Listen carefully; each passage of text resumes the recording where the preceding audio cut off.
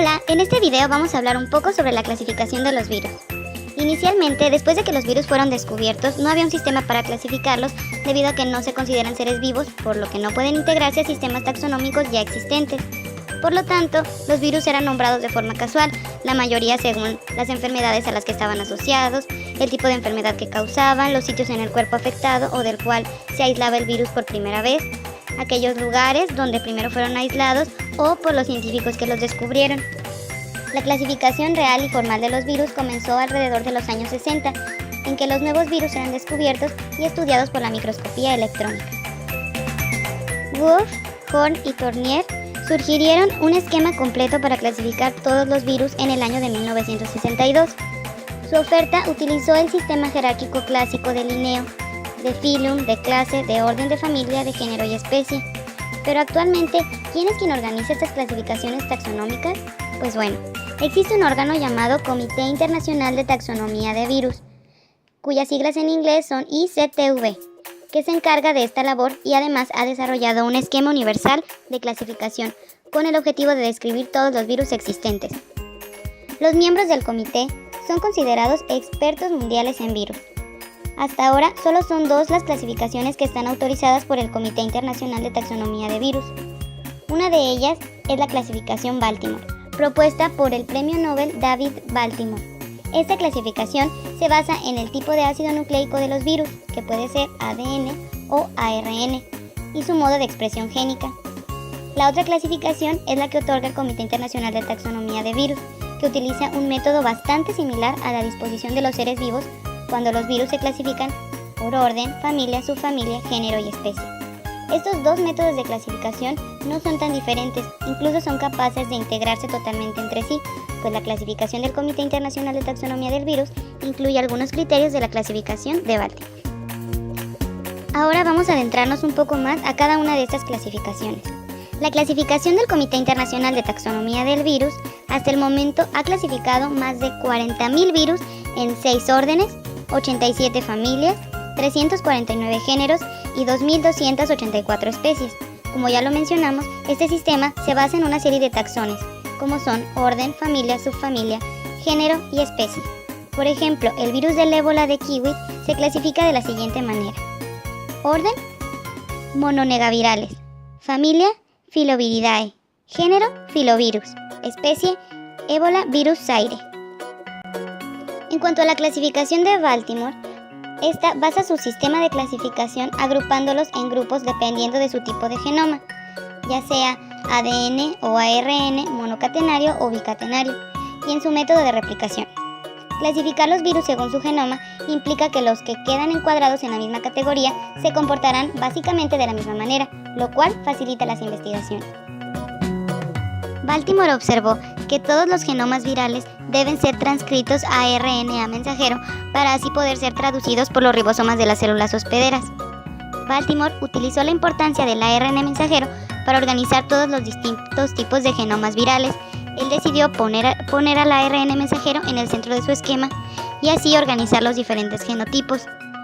Hay una gran cantidad de virus diferentes que tienen distintas estrategias de replicación, pero todos ellos tienen que hacer ARN mensajero. Vamos a explicar un poco el esquema. Como ya dijimos, el ARN mensajero se encuentra ubicado en el centro.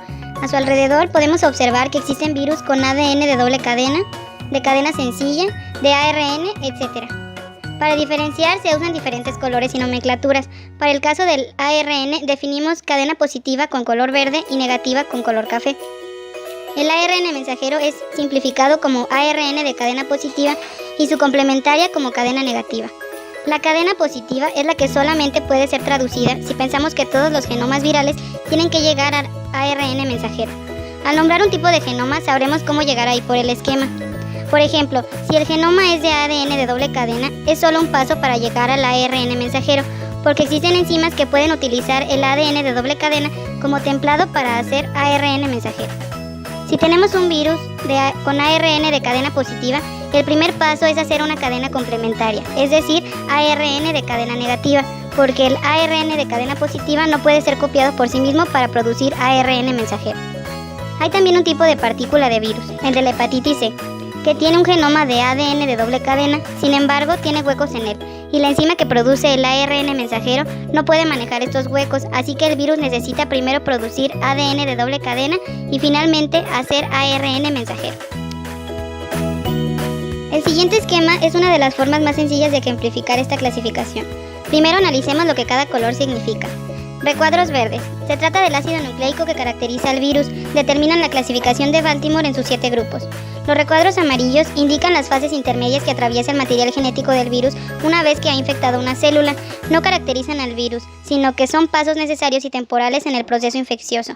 En último término, el material genético que abandona la célula una vez que el virus se reensambla no es ninguno de estos, sino los enmarcados en color verde, pues se trata de su ácido nucleico característico. Los recuadros rojos enmarcan al ARN mensajero. ¿Y ahora qué significan las abreviaturas?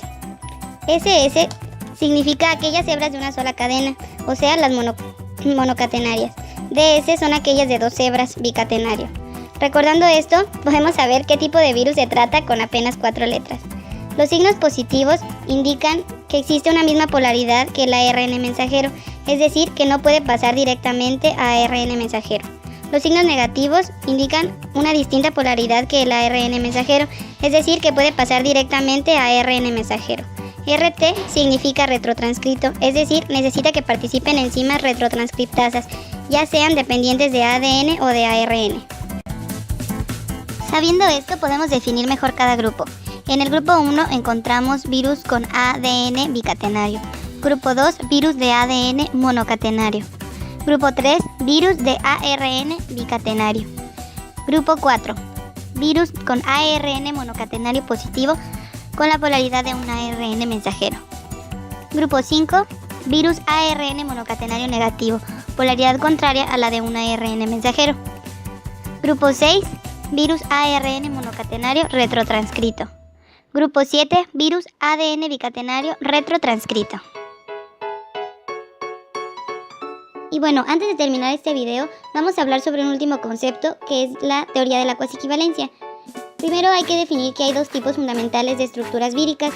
Una de ellas es la simetría icosaédrica y la otra es la simetría helicoidal. Ahorita solo nos vamos a enfocar en la simetría icosaédrica. Pues bueno, construir elementos simétricos o casi simétricos como las cápsidas a bases de componentes asimétricos como son las proteínas es una tarea muy difícil. Una opción es hacer tríadas idénticas que permitan y ajusten idénticas interacciones entre idénticos elementos que son las proteínas en triángulos.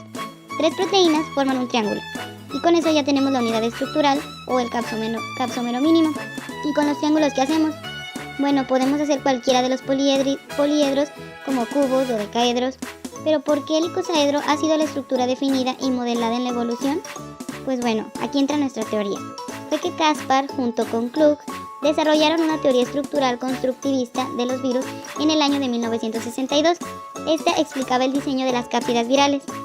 Se enumeraron las posibles maneras en que unidades idénticas pudieran conectarse utilizando los mismos contactos con las unidades vecinas para formar contenedores cerrados.